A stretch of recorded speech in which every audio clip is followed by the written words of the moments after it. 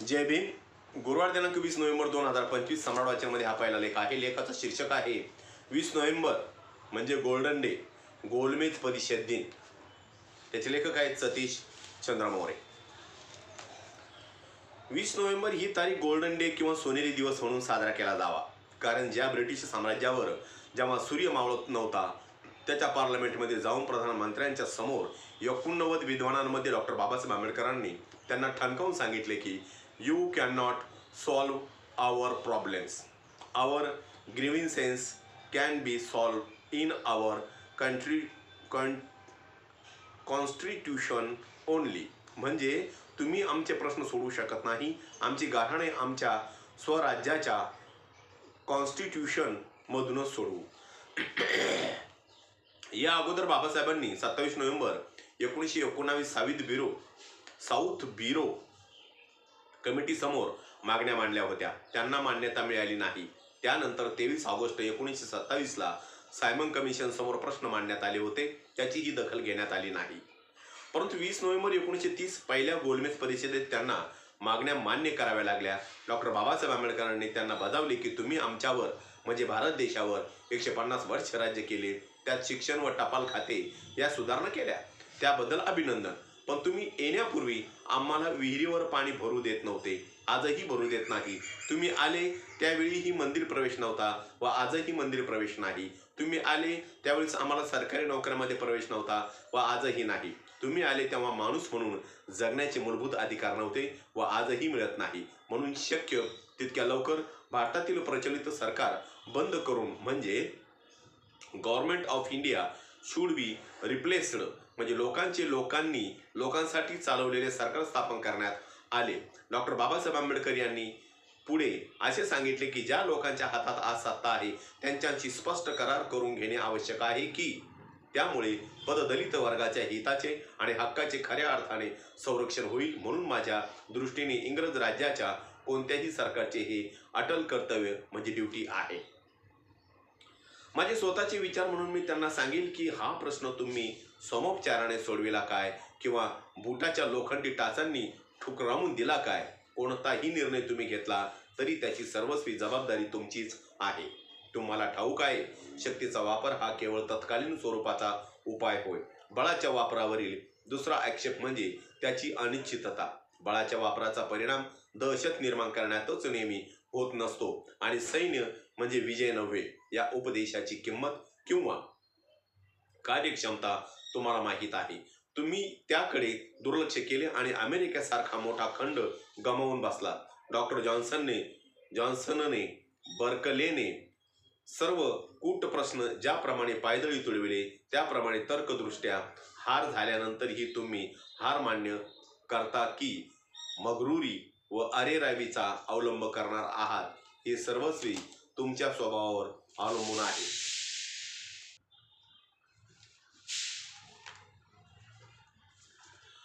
तुम्ही राजघटना निवडावी व भारताने ती स्वीकारावी असा काळ आता निघून गेलेला आहे, पुन्हा कधीही येणार नाही. घटना सुरळीत चालावी अशी तुमची इच्छा असेल तर नवीन घटना ठरविताना तर्क नव्हे तर लोकांची संमती हाच त्या घटनेचा मापदंड ठरू द्या. परंतु महाराज ही दुरुस्ती तर्क नव्हे तर लोकांची संमती हाच त्या घटनेचा मापदंड ठरू द्या. परंतु महाराज ही दुरुस्ती केवळ पददलित वर्गाचे हिताची आहे असे नव्हे, सर्व जातीच्या व भारतीय प्रजेच्या कल्याणाची ही दुरुस्ती आहे. म्हणून मी हे स्पष्ट करीत आहे की ज्या अर्थी आपण भारतासाठी नवीन घटना निर्माण करीत आहात तेव्हा भारतीय प्रजाजनांपैकी प्रत्येकाला त्याच्या पात्रतेनुरूप देशातील सरकारी नोकरी करण्याची परवानगी मिळेल अशी पद्धती निर्माण करणे आपले कर्तव्य आहे. नवराज्य यंत्रणेतील भारतातील भावी सरकार त्याचप्रमाणे भारताचे संरक्षण मुख्यतः वाढत्या प्रमाणात भारतीय लोकांशीच संबंधित असावे, ब्रिटिश सरकारचे नव्हे. भारतातील सर्व जनतेशी संबंधित असावे. केवळ एका विशिष्ट जातीपुरताच त्याचा संबंध भागण्यासारखा नाही. अल्पसंख्याक वर्गाच्या ज्या काही मागण्या असतील त्या सर्व हिंदूंनी मान्य कराव्या आणि मग सर्वांनी मिळून स्वराज्याची एकमुखाने मागणी करावी.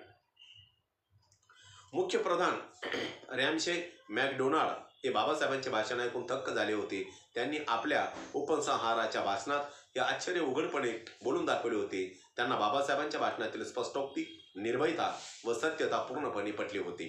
राष्ट्राच्या सामुदायिक व सार्वजनिक हिताला बाधा न येता मागासलेल्या जनतेचे हित साधण्याचे व शक्य तितक्या अल्प काळात अस्पृश्य समाजाला इतर समाजाच्या बरोबर आणून सोडण्याचे व्यवहार चातुर्य बाबासाहेबांच्या योजनेत असल्याचे पुष्कळांना कबूल करावे लागले होते.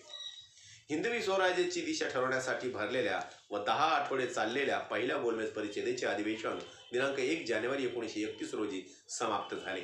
या परिषदेची माहिती ब्रिटिश पार्लमेंटमध्ये विचारली गेली असता मुख्यप्रधान रॅमशे मॅकडोनाल्ड यांनी सविस्तर माहिती देऊन या परिषदेने ठरवलेल्या तत्वावरच हिंदवी स्वराज्याची भावी घटना बनविण्यात येईल असे आश्वासन दिले आणि भावी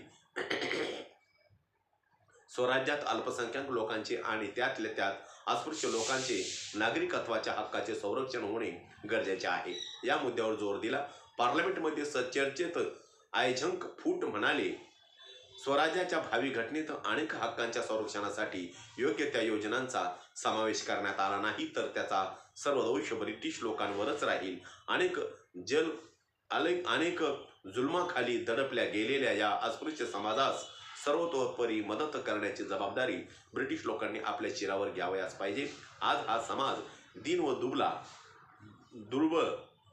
दुर्बळ दिसत असला तरी तो जोरदार व कणखर बनू पाहत आहे. या समाजावर लादण्यात आलेल्या जुलमांची आता मर्यादा संपत आली आहे. त्याची शोषिकपणाची शेवटची पायरी देखील आता ओलांडली आहे. बाबासाहेबांच्या मते पूर्व हिंदू समाजाच्या आमदानीत मोगल बादशाहीत जे घडू शकले नाही, मराठ्यांच्या हिंदवी स्वराज्यात जे घडले नाही, ते 20व्या शतकात म्हणजे पहिल्या गोलमेज परिषदेत घडून आले.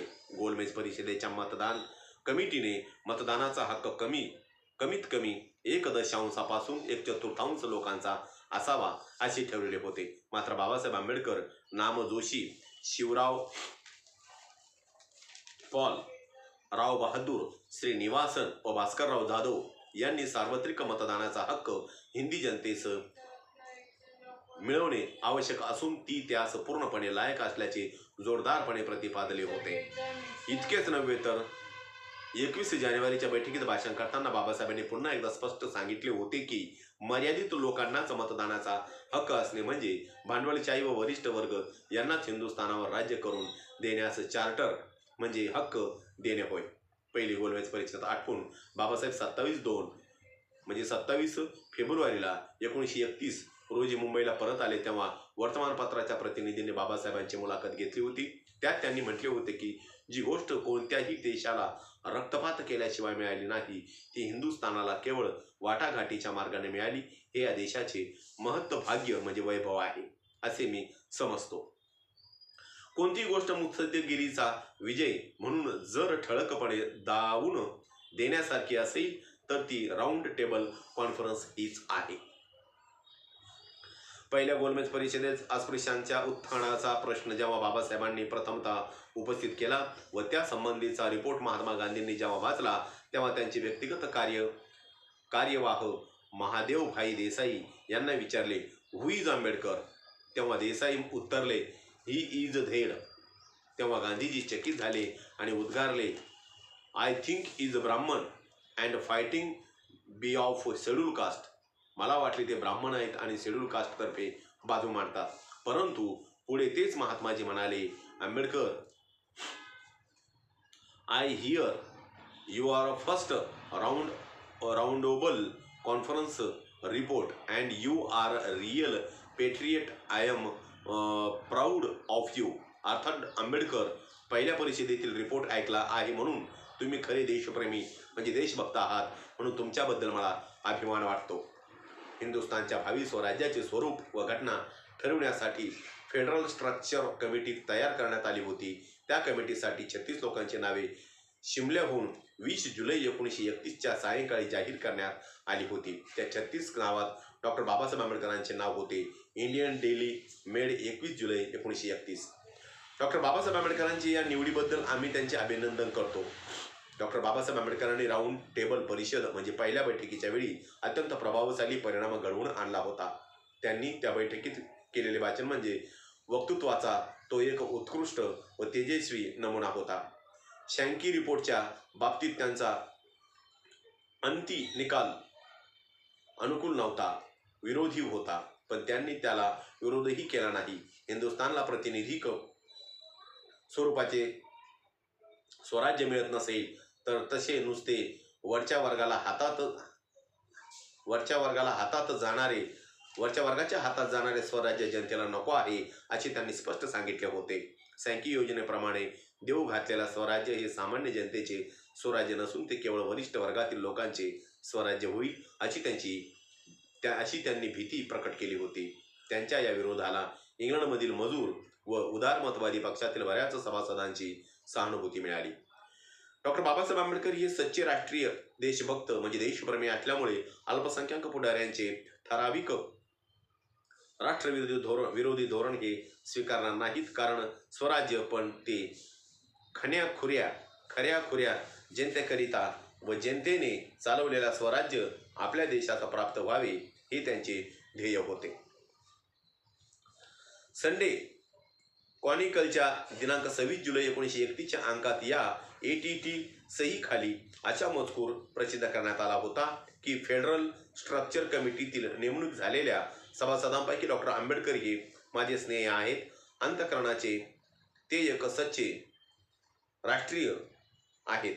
हिंदुस्थानला स्वराज्य मिळवू नये या मताच्या सनातनी ब्रिटिश मुत्सद्यांच्या लाघवी भाषणाला न भूलता आपली खरी राष्ट्रीय वृत्ती ढळून न देण्यासाठी त्यांना अनेक प्रकारच्या मोहाशी झगडावे लागलेले आहे.